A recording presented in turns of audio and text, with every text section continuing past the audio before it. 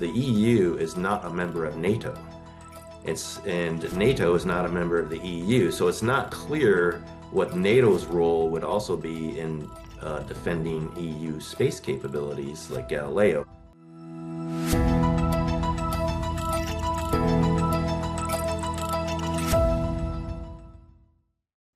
Hello, I'm Colleen Stover with the Center for Space Policy and Strategy, part of the Aerospace Corporation. Welcome to the Space Policy Show. We are in the midst of a series called Future Forward. We're talking about some of the next big things in space that have to be reckoned with today, like now. So things like artificial intelligence in the space sector, planning out the science of Mars before we actually get there and arrive, the space industrial base, and even dynamic operations for national security. All of our shows can be found at csps.aerospace.org, along with our deeper research from the center. Today, we talk about space in Europe. The region's perspective has changed significantly since the war in Ukraine started 4 years ago, and the even more recent geopolitics in the Middle East today. So we've got our own Dr. Mick Gleason. He is a CSPS policy expert. He spent 29 years in the US Air Force. He's a former satellite operator. He was seconded to Department of State at one time. He served in Asia as well, and he presents research worldwide. Thank you, Mick, for joining. Thanks, Colleen. Happy to be here. And our other guest is Dr. Ingo Baumann. He is the founding partner of BHO Legal, located in Cologne, Germany. He did a stint at DLR, the German space agency. He's a mentor for space startups, and he's a periodic lecturer, which is where I actually came across you, right, Ingo? I saw you, I think it was at the Confers discussion. Yes, Colleen, yes. Hi, everybody. Hi, Mick. Good to be here. Great. All right, so let's get started. So we're talking about European space, and our audience is predominantly American, but we do have people from all over the world watching. So I wanted to start off, and Mick, I'll start with you. When we look at governance in the European space sector, who are those main kind of public actors? I know you've done some research, and we've been able to kind of divide them into groups, right? So can you kind of start us off on that? Sure. Thanks, Colleen. So the best way to think about it is there's three different levels. There's the European Union level, which mainly consists of the European Union, naturally, space activities. And I think many Americans are not aware that the European Union is heavily involved in space activities. So that's a big headline, I think, for this show today, is just to raise awareness about European Union space activities. So I'm talking about three different levels, but it's also often depicted as a triangle with three different points of the triangle. So just to make sure that's clear also. So the second level or second point of the triangle would be the European Intergovernmental Organization level, which is the European Space Agency and the European Meteorological Satellite Organization, EUMETSAT. And then the third level or the third point in the triangle would be the national level space programs, such as France's space program with CNES as their space agency, or DLR with the German space agency, and so on and so forth across all the nation states. So that's kind of the best way, I think, to look at it. You have to distinguish in your own mind the three different points on that triangle, or the three different levels: the European Union, the intergovernmental, and the national level. Yeah, thank you. Yeah, that's interesting. I hadn't thought of it as a triangle, but yeah, I guess they all do interact kind of on an equal footing. Whereas the leveling is kind of a overarching and then smaller and smaller. I think when you talk about the levels, some people think that conveys a hierarchy, but it's really not a hierarchy. So I just want to make that clear. Yeah, yeah. And so maybe Ingo, I'll start with you, but what are some of the key differences? I mean, the way that Mick kind of lays it out in that triangle, can you kind of describe maybe what some of the differences are between them, and maybe even some of the overlap? Yeah, there's no, the triangle is how we also here in Europe, how we usually represent it since many years. No? Of course, it's always a bit oversimplified, no? Because it's overlapping.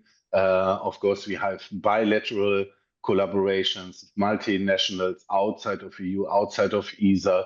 The EU is using ESA in their own programs, and a significant part of today's ESA budget is coming, in fact, from the European Union. So no, it's getting more complicated if we look into details. The national level is, of course, the simplest. Yeah? That's like in the US, it's a nation state with its own industry, its own strategy, policy, program, and so on and so forth. The main difference between ESA as an intergovernmental organization and the EU, as we lawyers would call it, a supranational organization, is in fact the scope and purpose. Yeah? ESA is really a space agency, even if an intergovernmental one. So it gets funding from the member states for dedicated space programs. It's a very technical organization, even if, of course, it also has certain political activities and roles. But it is really a bit, to simplify, a bit like NASA. Yeah? It's a technical program implementation agency, just co-founded by, I think, to date, 22 member states. One of the complications is that the member states of the European Union and ESA are not identical. The EU currently has 27, ESA has 22. But ESA membership includes also non-EU countries, yeah, like Canada, Norway, and Switzerland. So, again, some overlap, some divergence, and so on. The European Union per se is a political body, yeah, where the main purpose is to create, let's say, what we call the single market in Europe. And over the last 20 years, it has continuously expanded its competences and activities. While ESA goes back to the 60s with predecessor organization and so on. So in space, it is the leading space body for a very long time. The EU only started to get interested in space in the very late 90s, and then it even started rather slowly, some papers, some reflections, until in the early 2000s, it was decided that the European GPS, what we call Galileo, would be too difficult, too big for one or two nations alone, and would also go beyond, let's say, the pure, while we need to build satellites and so on. And therefore, this was really becoming the first program initiated, steered, implemented on the European Union level. Of course, with the support and collaboration with ESA, but really as an EU space program. And then over the years, it was complemented by what was called GMES in the early days, and now is called Copernicus for the US audience, a bit comparable to what is Landsat. So a public, civil, free of charge Earth observation system for many scientific, but also for other purposes. And then also besides EGNOS, it was complemented, but by what also exists in the US, the WAAS, so a regional augmentation system to the global navigation system. So, and that these three programs, for quite some time, they remained the cornerstone and the focus of the European Union space programs. No? Yeah. Now, over the last years, it has quite expanded, and I'm sure Mick, we will come back to this a bit later. Yeah. Well, yeah. So you said a lot. You said a lot of things there. So it is interesting that, and I know that you're equating ESA with NASA because of its technical aspects. And I'm sure that our ESA partners are pulling their hair out right now with listening to it. But the idea that there are members that are not even part of Europe, i.e. Canada, it's not a full membership to ESA, but it is in a kind of affiliation with ESA, the European Space Agency. So that's interesting. So Colleen, could I Yeah, piggyback on a couple of things Ingo said? So one of the things I think we should make clear is the European Space Agency, ESA, is not part of the European Union, and vice versa. The European Union is not a member of the European Space Agency. So as two different major big entities, they actually operate based on a framework agreement where they basically had to negotiate different roles and responsibilities and division of labor, so to speak. And so I think it's a key to understand, like the EU is not part of ESA and ESA is not part of the EU, just to repeat that. And also piggybacking on something Ingo said about when the national level, the DLR or the French Space Agency or the Italian Space Agency, when they don't have sufficient resources to develop their own space capabilities, because space capabilities and launch capabilities can be very expensive, right? So if they don't have the resources, whether it's fiscal or the expertise, then going way back to the 1960s, the European countries have decided they needed to pool their resources, which is the original reason of the European Space Agency being formed, in order to gain these significant high quality space capabilities. And then the European Union came along later, as Ingo said, as another way to pool resources within Europe by using the European Union budget to make these big, expensive programs. And so there's kind of two different methods now within Europe for the European countries to pool their resources for space. So I'll just leave it there, but I want to make clear that a big driver of this is the ability in different ways of pooling resources. Yeah, absolutely, Mick. Yeah. and those resources include things like technical knowledge, workforce, private industry that can work across borders, right?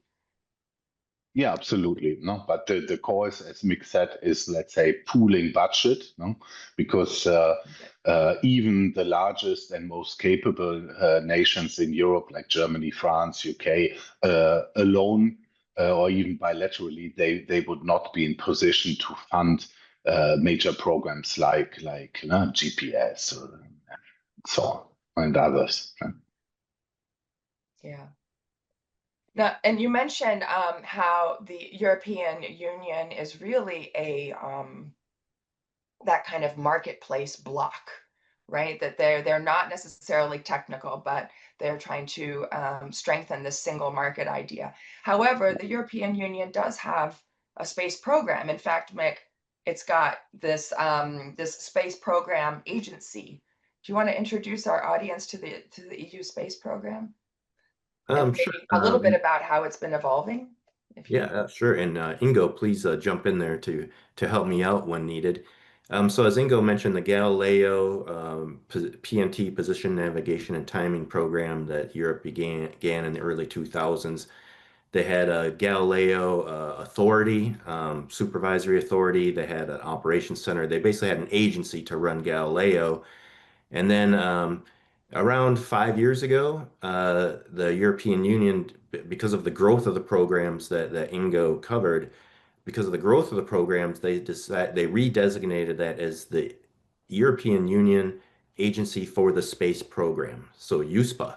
So now EUSPA is a major space program that's, I'd say, on par and likely to overtake the European Space Agency for the biggest space actor in Europe here very closely. So just once again, kind of little breaking news is if you weren't aware, the European Union is doing space activities. There is now a European Union Space Agency that is not the European Space Agency, right? So European Union Space Agency and the European Space Agency, it can get very confusing and easy to mix those up in your mind, but we need to make sure we are clear about the distinction. Yeah, Yes, there's nothing exactly. No? confusing about European governance at all. No. Yeah, it's even confusing for us, ne? ESA and EUSPA. and one space agency and the other. And of course, it's not only sometimes confusing by name and acronym. It's also sometimes, let's say, yeah, there are struggles. No? Who gets what? Who takes which competences? And as the EU ambitions and activities in space has always grown over the last year, yeah, and there was a need to have, let's say, also not the European Commission itself, but a more dedicated agency to really oversee and run the growth of these large programs. EUSPA's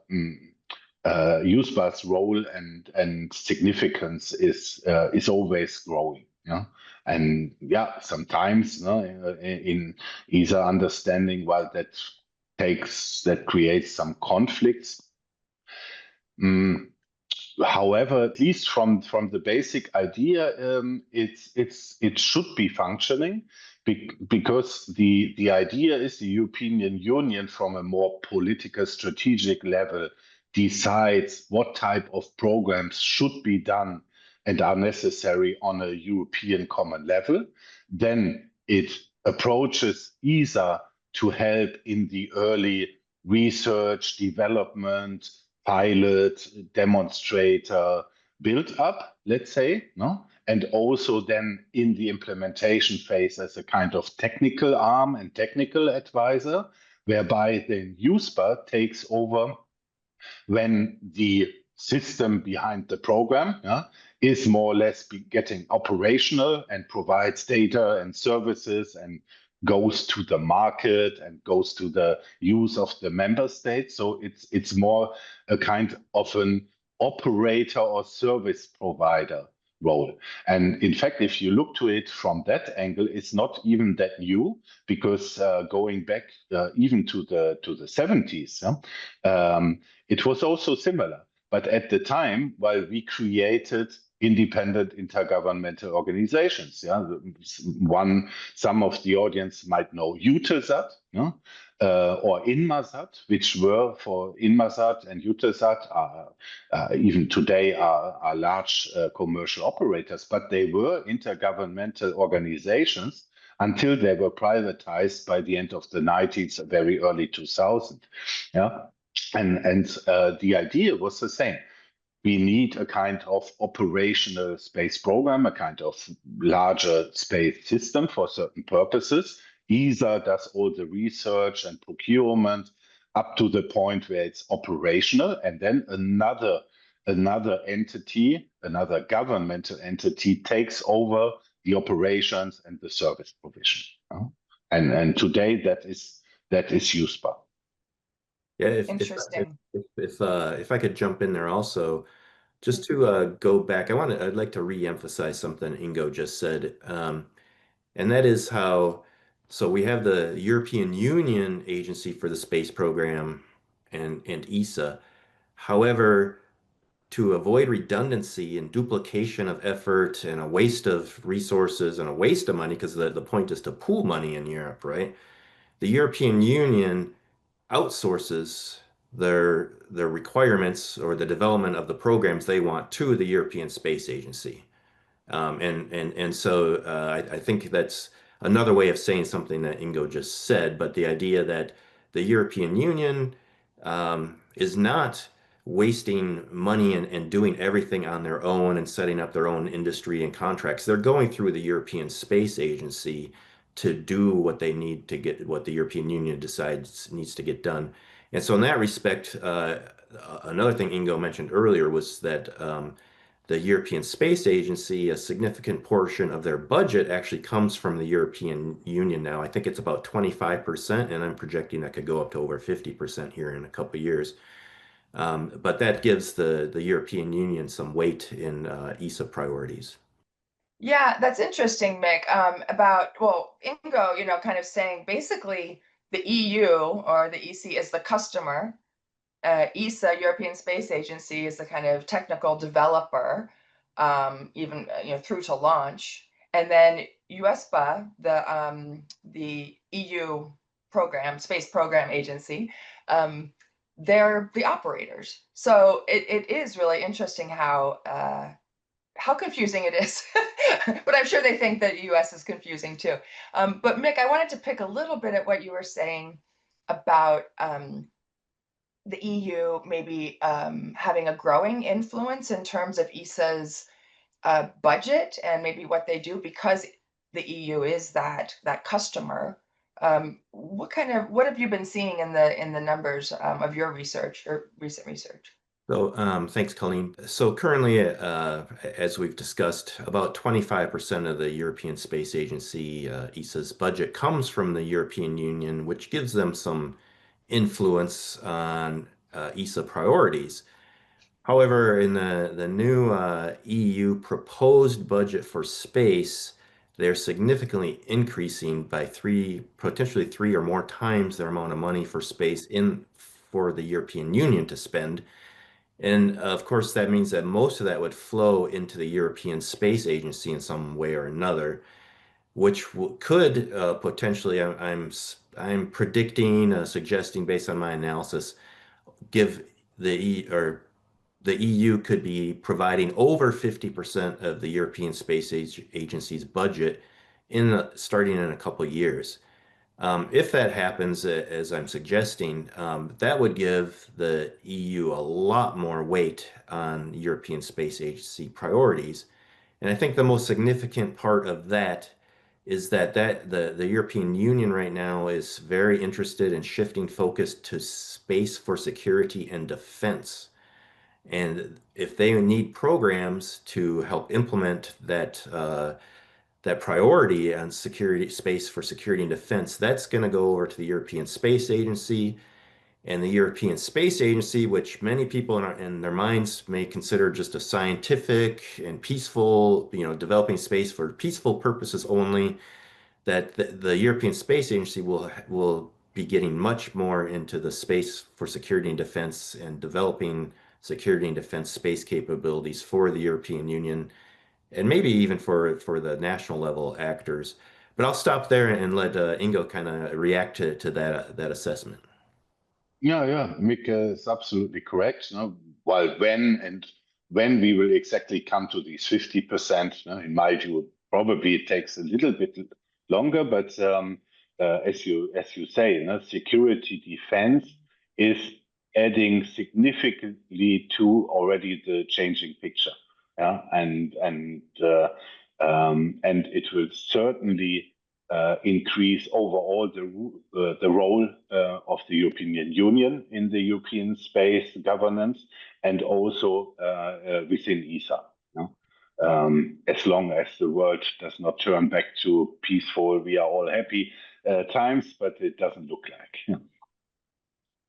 Yeah. Ingo, can you talk a little bit more about, from a European perspective, this shift toward defense and security has kind of been happening at the same time that there's been a shift toward autonomy and wanting to have more, sovereign capabilities in general. Can you talk a little bit more about that? Well, no, going back just a few years, no, we already saw an increasing awareness of policymakers on European, but also on national levels that, let's say, space is important, no, and that, let's say, more attention and probably also more budget should be given into it. But for quite some time, the focus was really on commercialization, industrial growth, new jobs, also industrial competitiveness. Yeah? And of course, this is also still there. It did not disappear, but since the Ukraine war, yeah, for the moment, this has taken all the other priorities. Of course, research is still there, commercialization is still there, the moon is still there, and so on. But the Ukraine war has totally taken the primary role. Yeah? It is now shifting all the attention and not all, but most of the budget into security and defense. And this, even if the triangle remains the same, the basic principles remain the same, this shakes a lot in the European governance, because it opens the old discussion from a new angle, while who is doing what on which level. And while if you look to it, no, all the budgets are increasing. The EU space budget, as Mick already said, is planned to triplicate for the next, what we call the multi-annual financial framework. It's a European Union 7-year budget cycle, so it's rather long. No? Just a few months ago, before Christmas, there was the ESA Ministerial Council, who is also deciding the budget for the next much shorter cycle, and it also had a record level. And many individual European countries, they also increase their national space budgets, and partially significantly. For example, Spain really made a big step in the investment. Yeah, so it increases on all levels. But at least if you go then to a certain capability, space domain awareness, in-orbit servicing, launcher, you name it, yeah, then for each of these capabilities, while the discussion starts again, on which level do we do it? Do we do it ESA level, EU level, national level, bilateral level? And yeah, what is a bit natural, but is also extremely dangerous for our European governance. While if you have external threat, if there's risk of war and so on, by nature, you fall back on the national level. Yeah, for the US, of course, that's self-understanding, no? But in a way, like America first, while in times of crisis, in times of war, yeah, while it's also Germany first, France first, Spain first, etc., etc.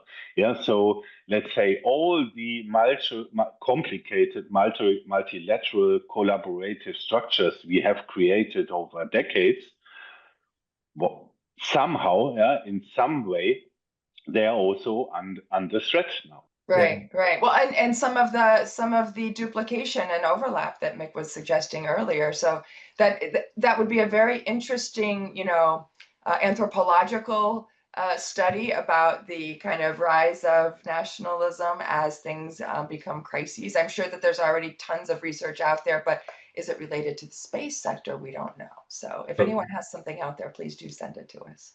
Yeah, if I could piggyback a little on Yeah, Ingo. briefly, please.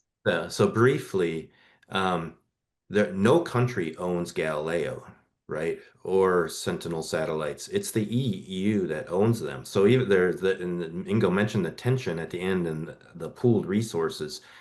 And so if you want to have global, very good space capabilities, you're probably going to have to do it within Europe as a pooled resource because no country likely has the capability to do everything on their own. And Galileo is a good example of, even though Germany is increasing their budget dramatically for space and defense, I don't think they're planning to put up a dedicated German global PNT system. I mean, they're going to rely on Galileo. And an implication is that since no country owns Galileo, it's an EU owned and operated resource, that who's responsible for defending it, right? And so this is where it starts getting from jamming, from attacks, and so on and so forth. And that's another role of the European Union's space agency or agency for the space program, however you want to say it, is to defend the EU or protect the EU's space capabilities. So I'll stop there. Thanks, Colleen. Yeah, thanks. No, that's an interesting thing to posit.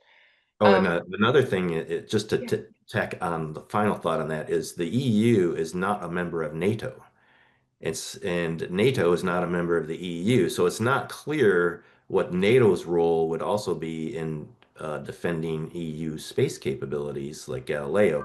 However, they are working together to try to smooth that out and figure out, have it pre-thought through on how that's going to happen if the need arises. Yeah. No, that's this is the space policy show, and this is the crux of the policy there in Europe that needs to be worked out. And so kind of moving from that kind of nationalism that Ingo was talking about, you kind of moved us back into that kind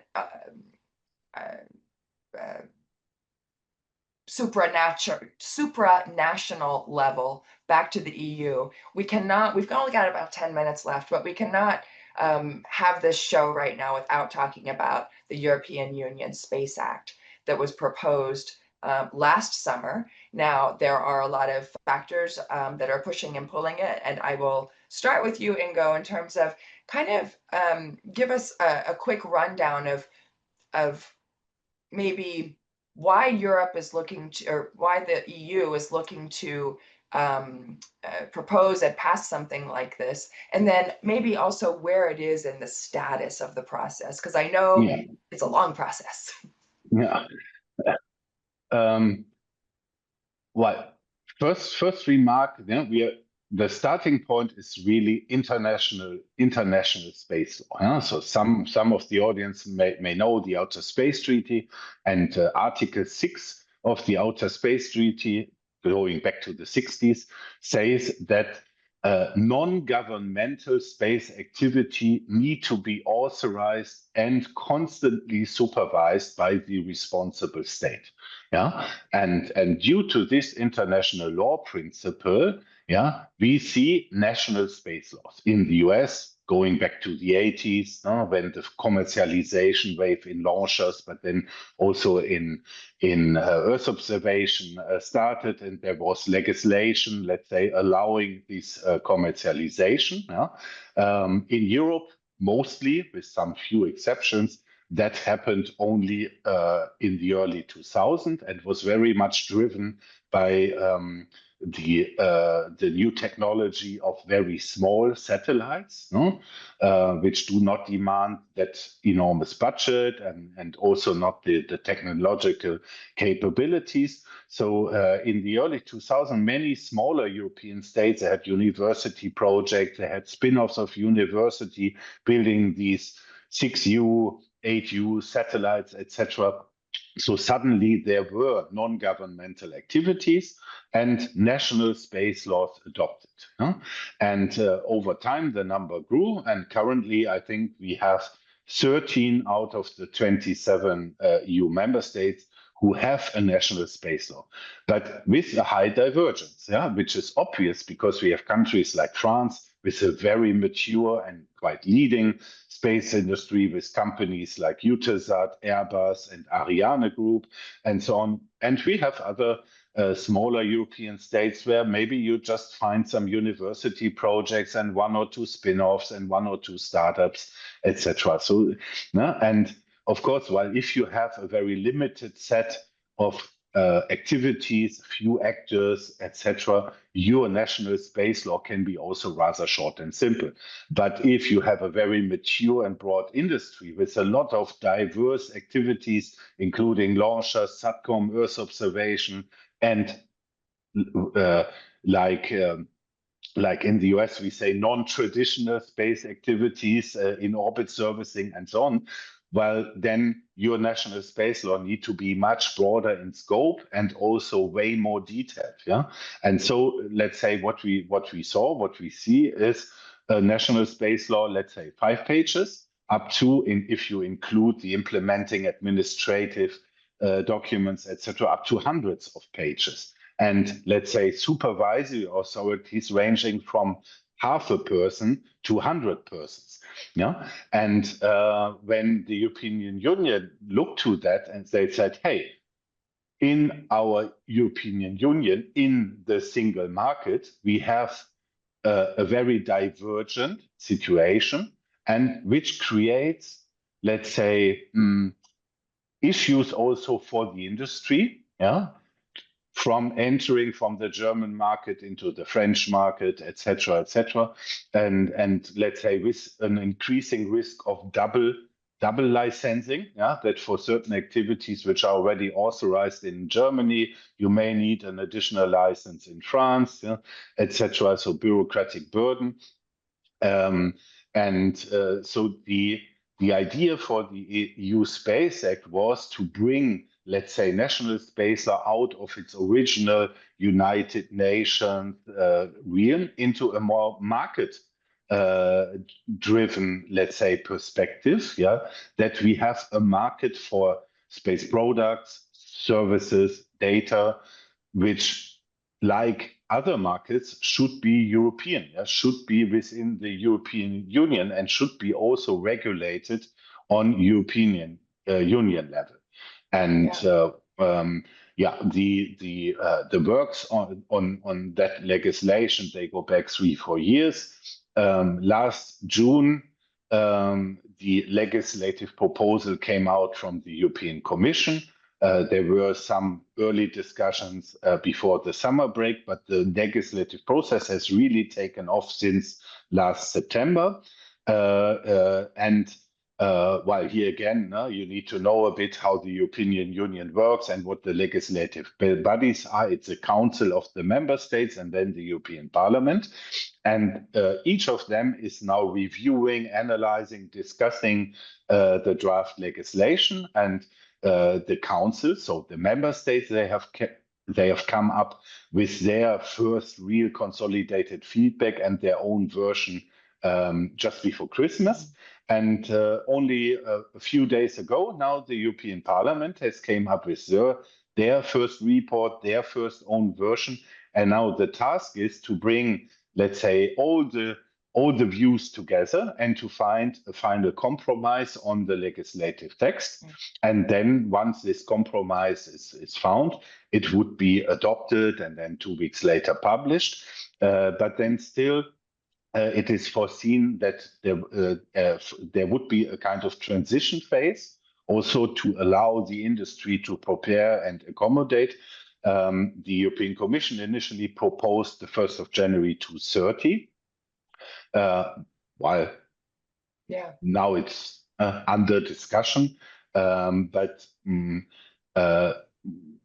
we don't exactly know how long the legislative process will last, but it is somehow expected that it could conclude by early next year, with the legislation finally adopted maybe in 1 year now, and then entry into force sometimes 2030 or a half year later.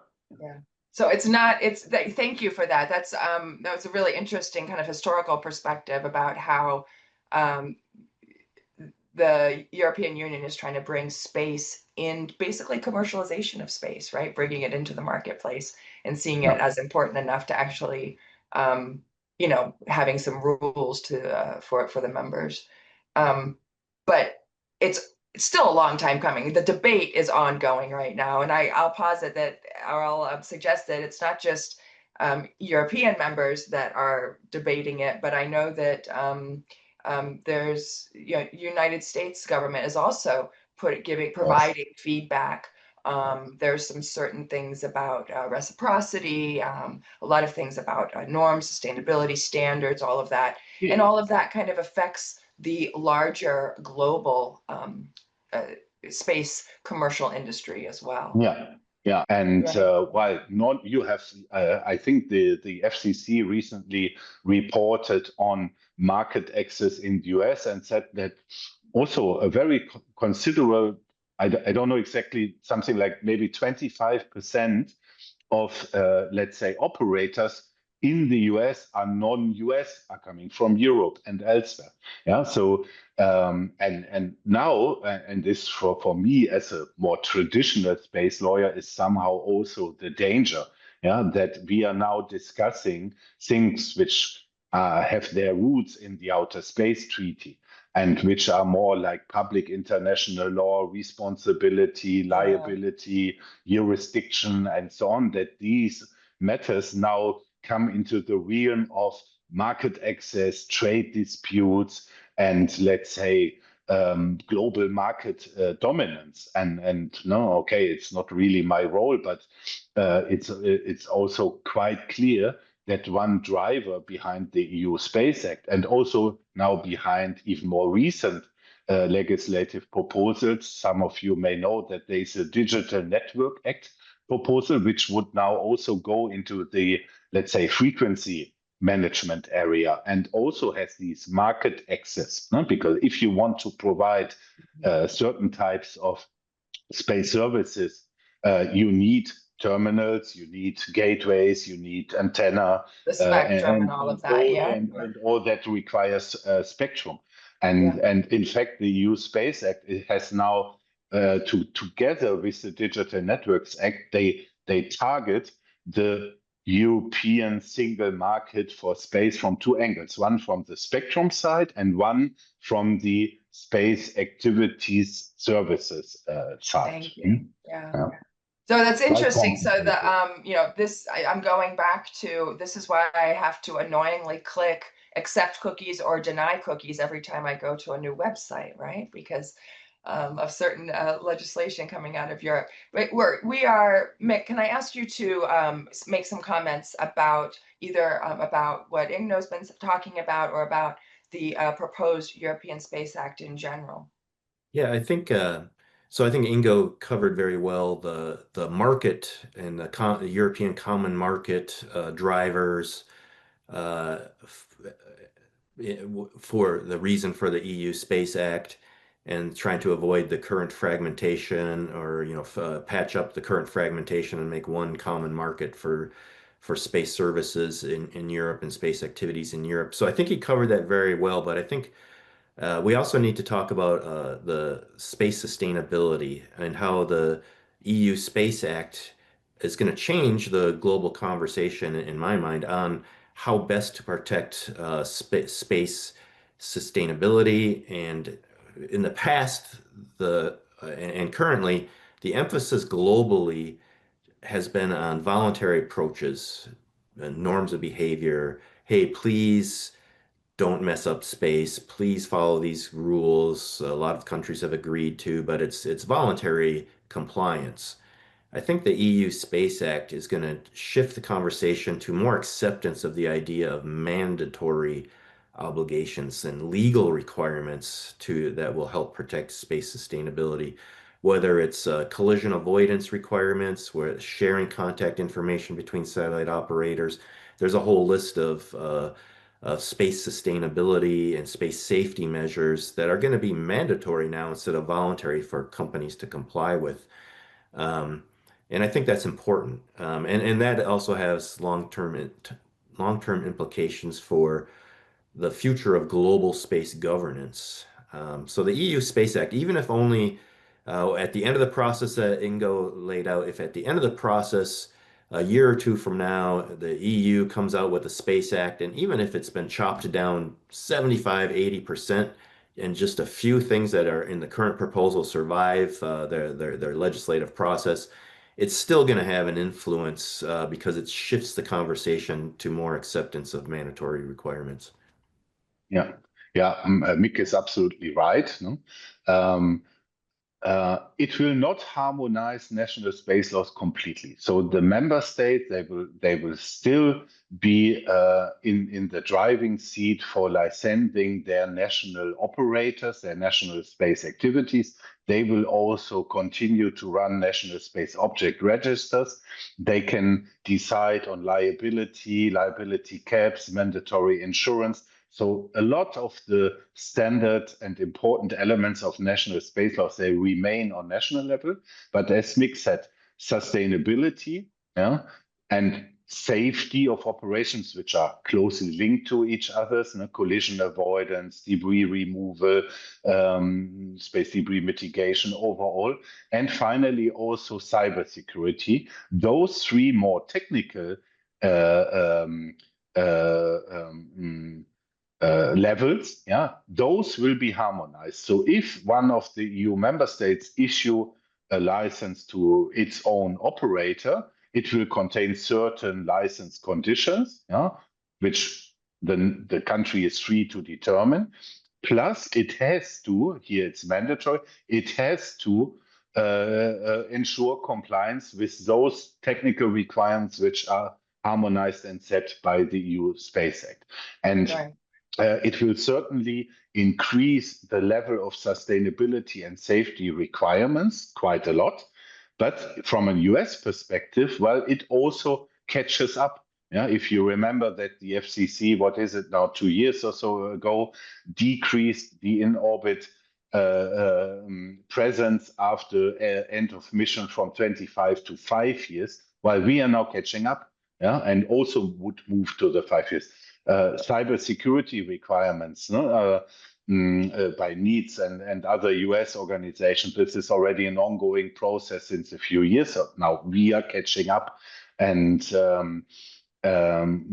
this is overall a very positive thing. And as we know, no, space is getting even more congested, risk of collision, risk of debris, and so on. So, and one of the aims of the European Commission for the EU Space Act is explicitly by European example, yeah, by doing so, by putting so much emphasis and imposing rather strict rules within Europe, also to support the global rule making and standard setting process. Yeah, yeah. No, it's so that harmonization piece is interesting and important. And I know that, you know, we're kind of at the end of time, and we are at the end of time, but the idea that because everything is still being debated, it'll be interesting to see what stays in there and how, you know, what the flavor of that is in terms of debris and sustainability, cyber, certainly defense, if there are exceptions for defense. And I think that's in there in the original. And then the whole idea of reciprocity for private industry and space actors that are not European, AKA the US. So let me, I'm going to ask both of you, we've got to say goodbye. I could talk to you guys about this for a long time. I've learned so much. And Mick, I'm going to start with you. What is one thing that you would want our audience to kind of keep an eye out for? What is something that you think that is going to be some sort of changing thing that people should watch in the news or So elsewhere? I think it's to get to that point, Colleen, I think we have a habit in the US and probably around the world and even in Europe of saying Europe, European, and the European Union all interchangeably without being precise in our thinking and in our words. The European Union is a distinct political entity. It's not a continent. It's a distinct political organization that now has a major, large space program and is moving towards a very large space budget. That's the European Union. And we need to understand that it's not the European Space Agency, that we have to draw a distinction between these three levels in Europe, the national level, the intergovernmental organizational level, the European Union level, and not just mix them all together in our minds. Otherwise, we'll never have a very clear picture of what's going on. Yeah, thank you for that. Thanks for driving that home. I know that you've had a recent paper come out about the kind of European Union reawakening, and it really picks apart some of the places, the little nooks and crannies within the European Union where space is funded from many different players. And so I encourage people, our audience, to look for that. Yeah, just one final thought. If you want to engage with Europe, Yeah. in general, you have to realize, do you want to be talking and engaging with European Union actors, European Space Agency actors, or national level space agencies like CNES and DLR and so on and so forth. So hopefully that paper will help clear up, make some of those distinctions. Great, thank you. And Ingo, what is one thing that you would like our audience to kind of look out for in the next 6 months to 12 months? What do you think they need to know? Well, legislative processes are ongoing, so whoever is interested in those should closely follow, no? Both for the EU Space Act and the Digital Network Acts. But then just now, we also have the political and legislative discussions for the next budget cycle and the future of the EU space program. And what we didn't mention so far, no, it's getting always more complicated, is that there are also new programs proposed. There is one proposed, which is a kind of IRS, so intelligence, radio frequency monitoring, high-grade Earth observation, etc., governmental programs. So complementing Copernicus civil Earth observation with more security and defense characteristics. And there is also a proposal for a European space shield, which is a bit comparable to the Golden Dome.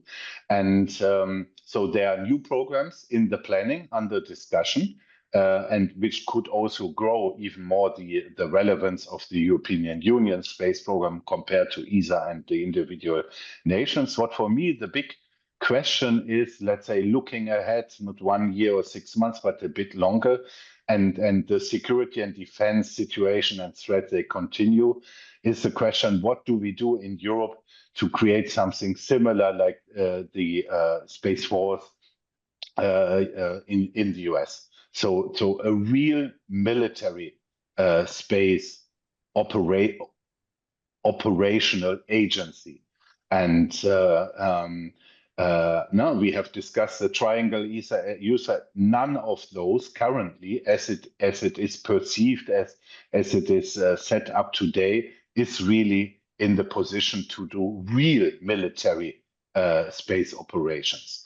And NATO, is another level of governance. And so that is for me, let's say, one of the key, and at least for my space lawyer limited knowledge and involvement, is also a totally unsettled question. How can we create an effective multilateral structure in Europe really on military space operations? Thank you both for joining today's show. I really, like I said, I really appreciate the kind of historical evolution, and as well the whole idea of looking forward to how funding and regulations shake out in Europe. So thank you guys very much. Thanks, Colleen, for the invitation. Thank you. And to our audience, we are one of the longest running space policy podcasts today. We have over 150 episodes spanning more than 5 years. You can check out the Center's deep research on many topics at csps.aerospace.org. And of course, follow us on socials and subscribe to get our newsletter. Thank you to Matthew Ricola, our technical director. And thank you everyone for being with us.